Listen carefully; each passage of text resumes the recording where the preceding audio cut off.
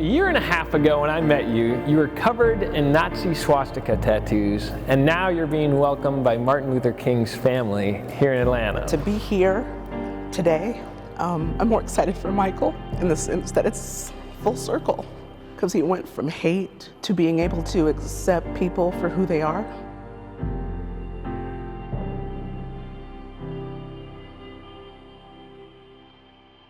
I was with Michael in 2017 when he began the process of removing the hate symbols on his chest and back.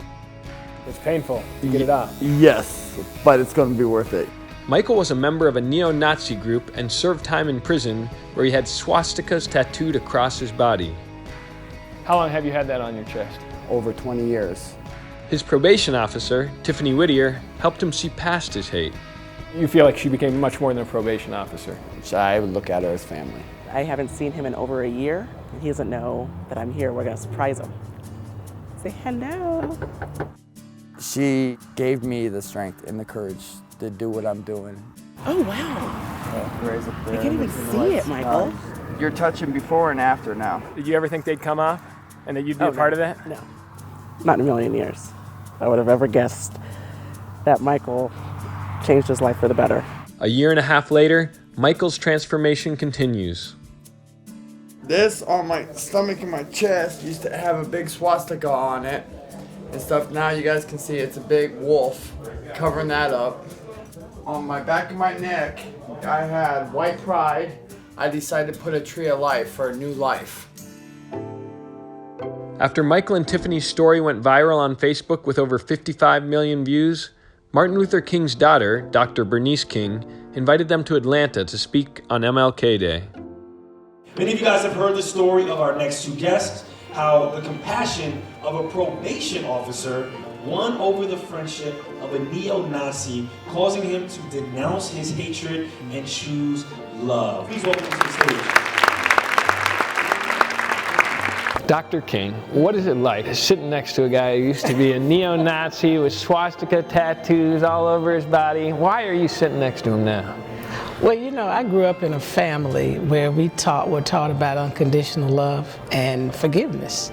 And so to sit here today to me is like just full circle with the fruits of my parents' labor, that people are able to cross these barriers that once existed. It's unbelievable because this never could have happened in my dad's time at all.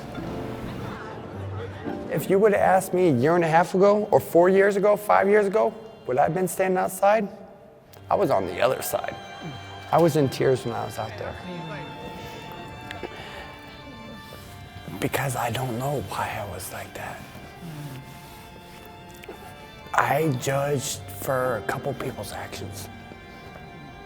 I judged a whole cultures for a couple people's actions.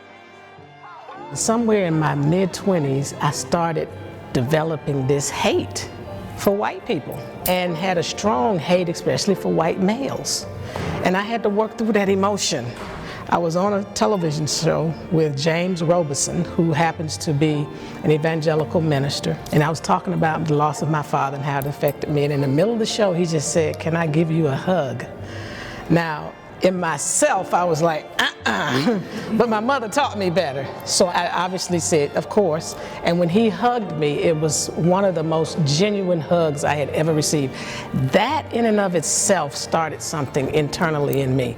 It was kind of like in his situation, it takes a new experience to begin the process of change. This is my brother. Absolutely. This is my brother. And he may have gotten a little off on the track, but we've been there.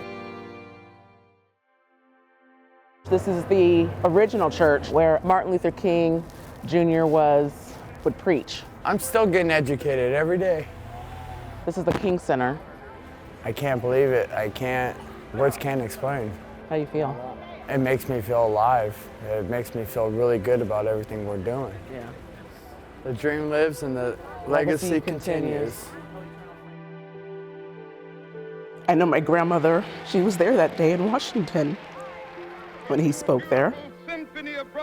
To be here today, I'm more excited for Michael in the sense that it's full circle. because he went from hate to being able to accept people for who they are. On this day, being invited here by the King family is really special. I like to help people. I love to help people. I don't care what race you are, what drug you've used, what trauma you have in your life. I want them to be able to find the hope within themselves, to love themselves, because they have so much to give. If they only knew they have so much to give.